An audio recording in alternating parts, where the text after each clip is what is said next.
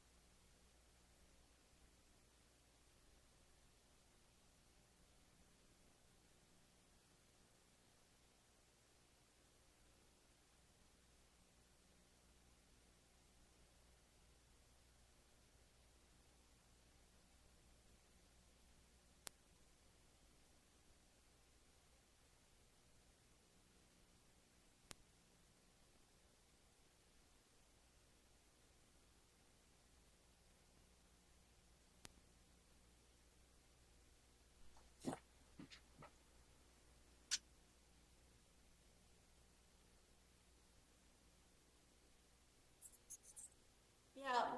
Will you tell us when we can start?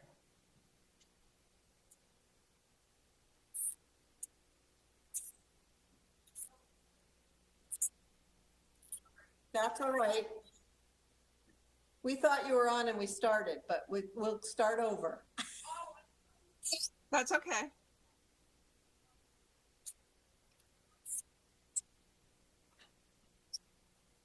Right. Yeah, I'm sure.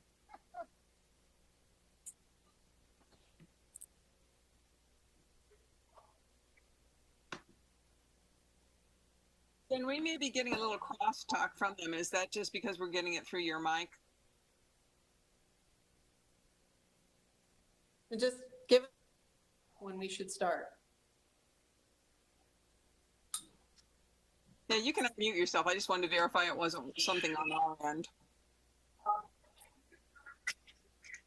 Okay. The August 24th meeting of the Library Board will come to order. This is Jill Spear, Chair of the Library Board, and I'd like to welcome you to the virtual August 4th meeting of the Library Board. Because in-person attendance at public meetings is likely to increase the transmission of COVID-19, this meeting is being conducted in accordance with Governor Lamont's Executive Order Number 7B, which permits municipalities to conduct public meetings virtually. Board members and some library staff are participating via the video conferencing WebEx, and members of the public can view the meeting live on West Hartford Community Television or on West Hartford Community Interactive Comcast Channel 96 and Frontier TV Channel 6099 or www.whctv.org. This meeting is also being recorded for on-demand viewing, which will be available on the town and library's websites. Because of the virtual format, there are some special rules and procedures that I need to cover before we begin. First, I ask all participants to please mute your devices when you're not speaking. If you wish to be recognized, please raise your hand and I'll call on you. If you are participating via audio only, I do not call on you and the debate is ending, please unmute your phone and let me know so that I can recognize you. Second, pursuant to executive each time they speak. Third, because of the difficulty of tallying votes via voice on a video conference, I'll require that most votes be taken by roll. Fourth, a reminder that if any participant has a problem with their connection, you should immediately call Janet Valensis, whose phone number you were provided earlier. She will let me know, and we will recess the meeting while the problem is resolved. If it cannot be resolved quickly, we will ask you to call into the meeting using a phone and participate via audio only. I'll now call the roll and note the staff members who are present. David Brandwine. David Brandwine, board member, present. Gail Crockett. Gail Crockett, library board member, present. Ann Donovan. Ann Donovan, library board member, present. Kim Cohen. Cohen, library board member, present. Jill Spear. Library chair, board chair, present. We also have in attendance Martha Church, library director. Carol Waxman, head of the library youth division. And Janet Valensis, who is hosting our meeting for us. Thank you, Janet. Okay. Our first item is the approval of the consent agenda, items 5 and 6AI, 6AII. Do I have a motion? David Brandwine, Chair recognizes David Brandwine. David Brandwine, library board member. I move approval of the consent agenda. Do we have a second? I second it. Gail Crockett moved to second David's motion. Thank you, Gail Crockett haven't made a second. Any discussion? No, a second. Motion is made and second is, and I will now call the roll for approval. David Brandwine. David Brandwine, library board member, yes. Gail Crockett. Gail Crockett, library board member, approved. Ann Donovan. Ann Donovan, library board member, approved. Kim Cohen. Kim Cohen, library board member, yes. Jill Spear. Library board chair, approved. The next agenda item is approval of the minutes of the meeting of July 22nd. Do I have a motion for the approval of these minutes? I so move that we approve the minutes of the meeting Chair. in July. Okay, the Gail chair Crockett. recognizes Gail Crockett, who made a Gail motion to have them approved. Do I have a second? Ann Donovan, chair recognizes Ann Donovan. Ann Donovan, library board member, seconds the approval of the minutes. A motion is made and seconded for approval of the minutes of the July 27th library board meeting. I will now call the roll on the motion. David Brandwine, David Brandwine, library board member, yes. Gail Crockett, Gail Crockett, library board member, yes. Ann Donovan, Ann Donovan, library board member, yes. Kim Cohen, Kim Cohen, library board member, yes. and Jill Spear. Jill Spear, library board chair, yes. The next agenda item is the chair's report. We have two things to report this month. The library director search, the library director search committee of the library board continues to receive and review applications for the next library director, and we are taking the first steps of the transition plan this evening. Our second agenda item is a fond farewell to library director Martha Church. And even though Martha's retirement isn't till next month, we realize that this is the last time we'll be meeting you at an official library board meeting, Martha.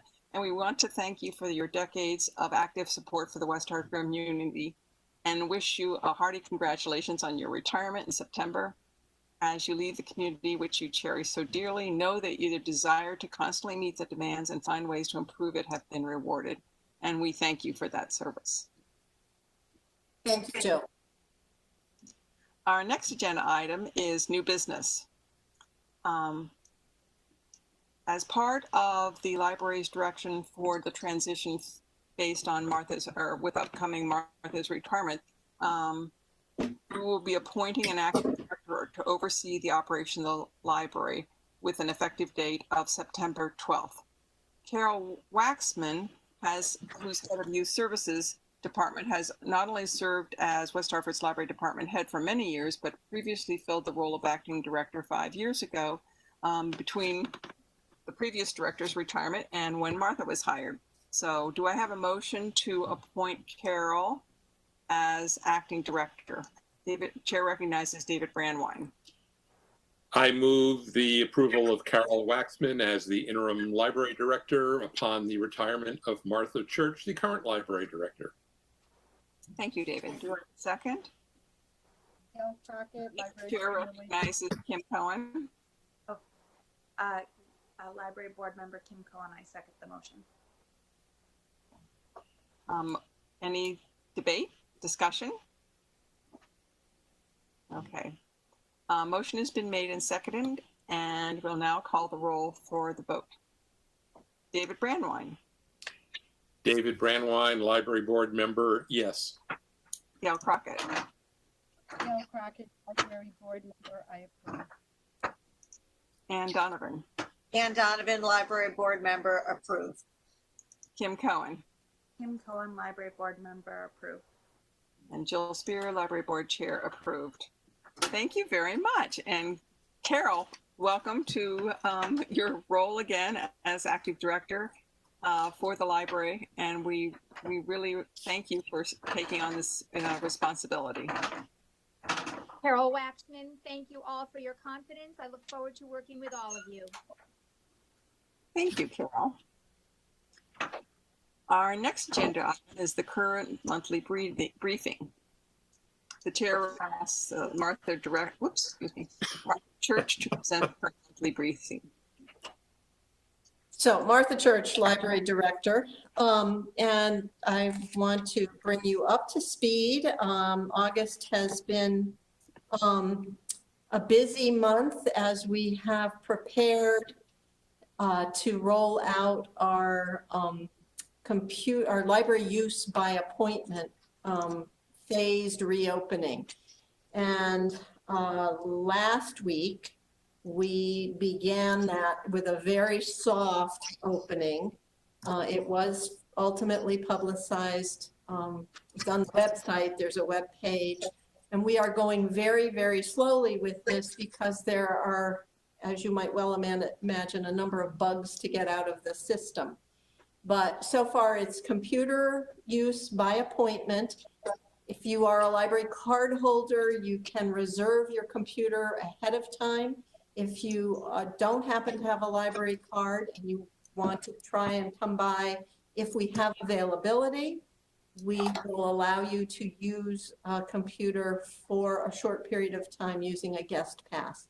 That was a slight tweak and change that we made to the original scenario, but so far that seems to be working. We've had a slight increase just about every day in the number of people signing up.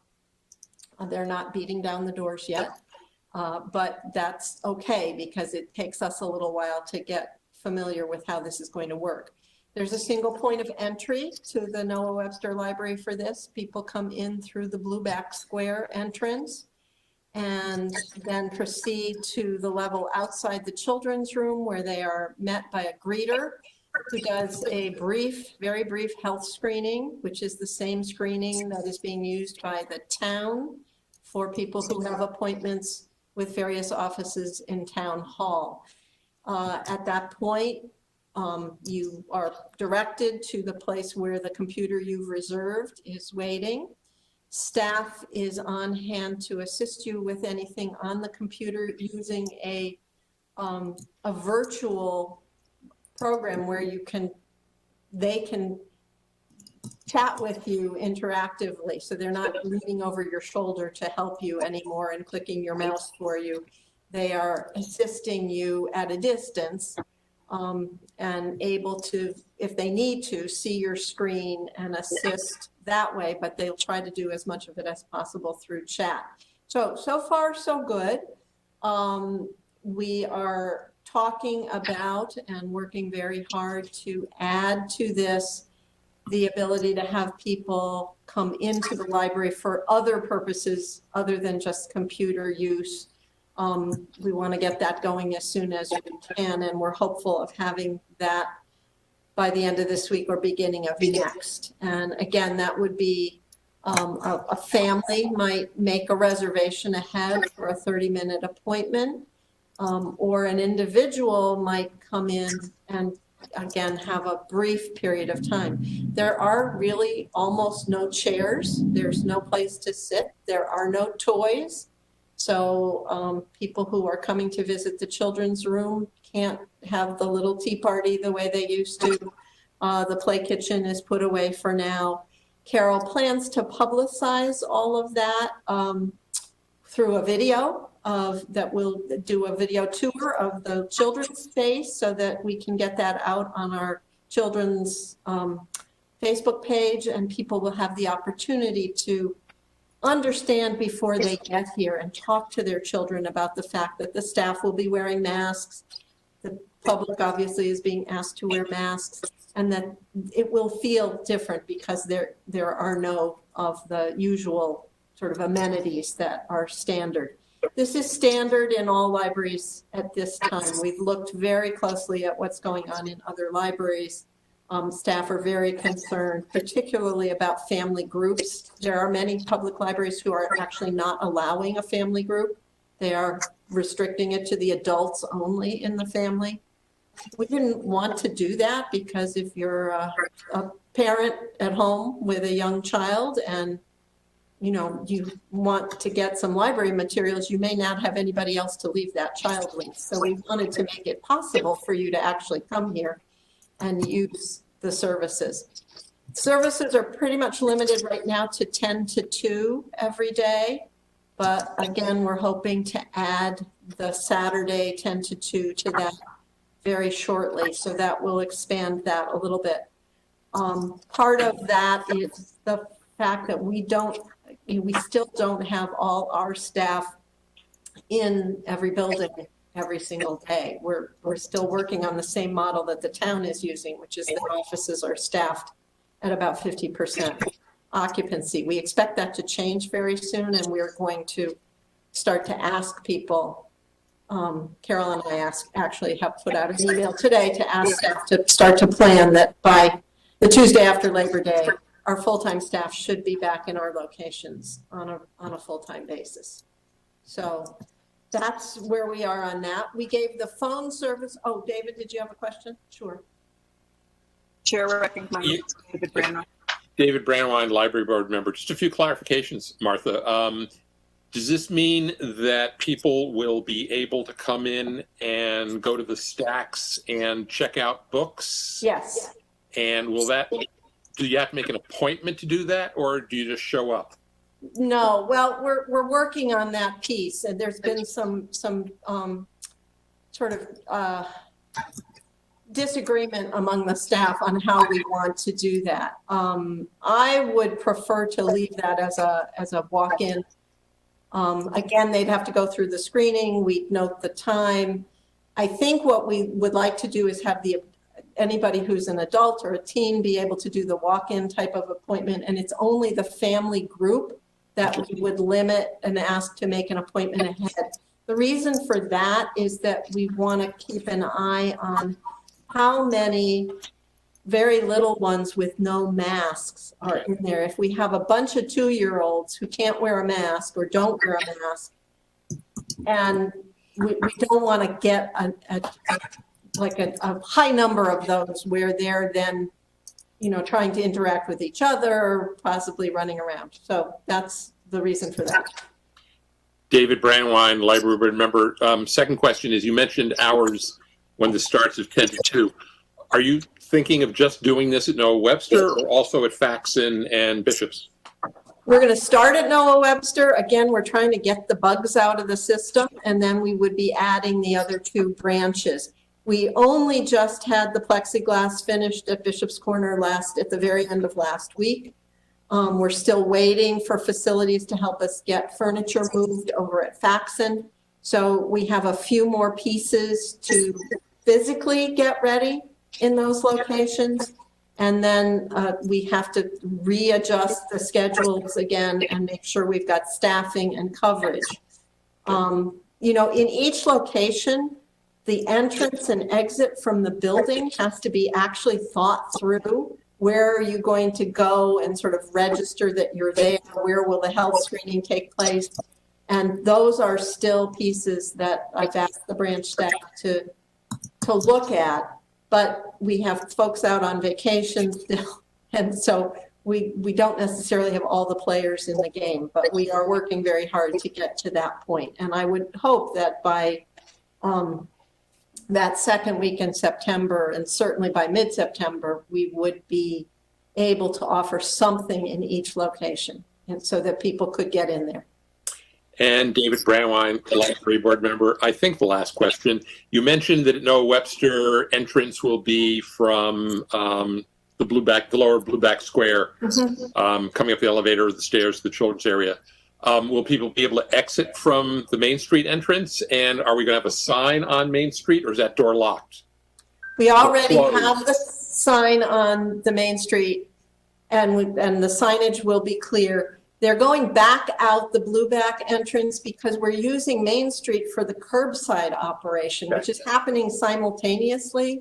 So we're trying to avoid the clumping of people in any one location. And so that's the way we're handling that. All of this could change because it's definitely a work in progress. And I see Carol just got her video on. So Carol, if you have something you think we should say and want to raise your hand, go right ahead. And Thank you.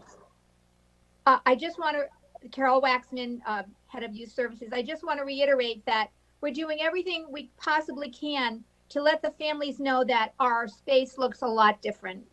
There's a lot of material for them to check out, but they're going to run to the story house. They're going to run for the tea set. They're going to run to the preschool room to look for the toys. We expect a lot of disappointment. We will be here to greet them and talk to them and reassure them that this is for now. I'm also going to post a letter to Facebook, the Neighbors and Friends group in West Hartford, to let families know about the changes.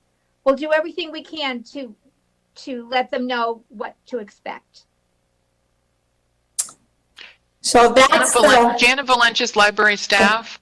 Can you clarify the number of people we're letting in for computer appointments and the intended number for browsing sessions as well? So the number for computer appointments right now at Noah Webster is 6 an hour. So it's a total of 24 a day, and we haven't come anywhere close to that yet. The browsing appointments, we have not settled on those definitive numbers, but I anticipate about 40 people to browse, so that would be on top of the 6 an hour at a time. Again, I'm not sure we'll actually hit that, and that's in the adult area. Children's, we're looking more at 20 to 25. So, you know, it's broken up. Our occupancy is broken up by the actual spaces, and we're trying to go cautiously because it's a function partly of how well staffed we are to be able to assist people with whatever it is they're trying to do. So that's the answer to that. Again, that could vary slightly in the next couple of days as we get ready. But the computer appointments for right now are fixed. That's 6 an hour, plus we have the ADA workstation, which is available and has slightly different, parameters, because we're not going to limit them quite as hard on the time for anybody who is a user of our assistive technology because of an ADA accommodation. So that's the story on that. We are still doing phone service to the public, but fortunately, which has allowed us to turn our attention to the having people in the building with us. The town took over the town phone line, which had been forwarded up to us, is now back at town hall. So while we still get the occasional question for a town hall department, that's normal, that's business as usual. And the great majority of our questions now are library related or what we call general reference questions. So that's a lot more manageable. The numbers have dropped by about half, and that frees up staff to be able to turn their attention to having the people in the building with us. So that was actually a good and important change. Curbside continues to be strong. We're at just a little over 7,300 since the beginning of June, since we started it. Very popular service. Books are going off the shelves. And we've heard no complaints. Everybody seems to be happy with that one. Our new card holders, we continue to add new card holders every single day. And about 100 a month is where we're averaging on that, which is very good. The website is running and functioning, and we have asked the new vendor who's the new developer of our new website to try and move forward as quickly as possible with the development of the new site. We would like to get out from under the old site as quickly as we can. So we've asked for that. They are accommodating us. We've already seen some sample pages. Staff is working very hard to do the weeding of the old site. There are some pages we don't need anymore or that need to be revised or edited or updated. So we're doing all of that so that we can be ready once we have the templates to start creating the new pages. And I anticipate that'll go very quickly. Jill, you're mute. Unmute yourself. Thank you. Sorry, Library Board Chair Jill Spear. Martha, if we find that you mentioned that the current website is functioning again, but we're still with the old vendor. If we find that there's some pieces that are not function, should we be forwarding that to the library staff? Yes, if you hit a page that doesn't work. So for example, the PayPal link on the foundation page doesn't work. We can't get that operational on this old site. So that's one that's just going to have to wait. But if you see things that you think are problematic, please do let us know so that we can figure out either we can fix it or we can do a workaround if it's information that's critical. To Yep. reiterate, everything except the PayPal, because I ran across something last week that wasn't working. I thought, oh, that's just because of the vendor, but that shouldn't be the case, correct? No, send that to me or to Joe or to Maura. Okay. I'll try Okay, to remember what it was. yeah, Right. okay. Chair recognizes Ann Donovan. And Donovan, library board member. Martha, I just wanted to clarify, did you say 100 new card holders per month? That's what we've been doing, Anne, approximately since March.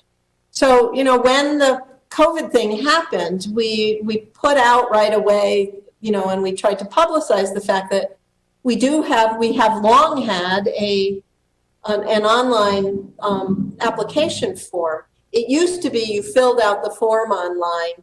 We went ahead and created your library card, and then you came in and picked up the card. Well, obviously people haven't been coming in to pick up the card, but we've been sending them their card number so that they can use our electronic resources during this period of time. We now are hopeful that once they're allowed to come into the building, they will officially pick up the card and verify their address with us with a piece of mail or a driver's license, which are the requirements that the state has for us for creating new library cards. But it's a lot of people have come on board, in these months, which is great. We're thrilled about that. David, Jill is mute, so I'll call on David. The chair recognizes David Brandwine. David Brandwine, library board member. Martha, is there any possibility that the consortium that we belong to is going to restart interlibrary loans in the foreseeable future? We have done that. Oh, we have. The delivery has been started. The holds can be placed on other. So what we have not restarted yet, but we will shortly, is the interlibrary loan that goes beyond the consortium. Okay. So we have not gotten to that yet. That's very labor intensive for staff. But the being able to, what we call system holds, you can put a hold on a book in Avon and have it sent here. That has started again, and that started last week. And we're right back in the thick of it, and in the floodgates, yeah. We have, Thank you. Sit between 16 and 25 bins of 25 to 30 books a bin going out every time they come to pick up from us. And the state delivery is also operational, so that materials that may have traveled up here in somebody's car from the shore, from a library at the shore, get dropped in our bins and are on their way back to where they belong to. So we're using both services again. All of that is operating. So good question. Thank you. So the last thing I wanted to talk about was second to last, is the teen programs that took place this summer. We had 16 virtual teen programs. And there were 30 teen volunteers who assisted with these various programs, some of which were things like book buddies, where a teen is matched with a much younger child, and they read together online. In sum, those 30 volunteers put in about 121 hours of community service as volunteers. So that was impressive. We're thrilled about that. We had nearly 400 attendees at the programs, at the 16 virtual programs, and we're using. Carrie's going to look carefully with Carol and the rest of the youth services group at what she learned from the virtual program experience this summer about what will make good programming going on through the year. Understanding that, depending on what happens with the schools and so forth and so on, there may be times when, the ability for kids to gather, if they can't be in school together, is there a way that we can provide some of that social, emotional backup so that they can be doing things in groups or with families or whatever. So, that's something that she's hoping to do, but it was very successful. The things that were very popular were things like there was a virtual escape room, and these were family activities. And then some of the family game activities were very popular. Those were things that people enjoyed doing. So they did categories, they did some Trivial Pursuit types of things, and those were things that people seemed to enjoy. So she's going to work with what she gained from this and try and, figure out what makes sense going forward from there.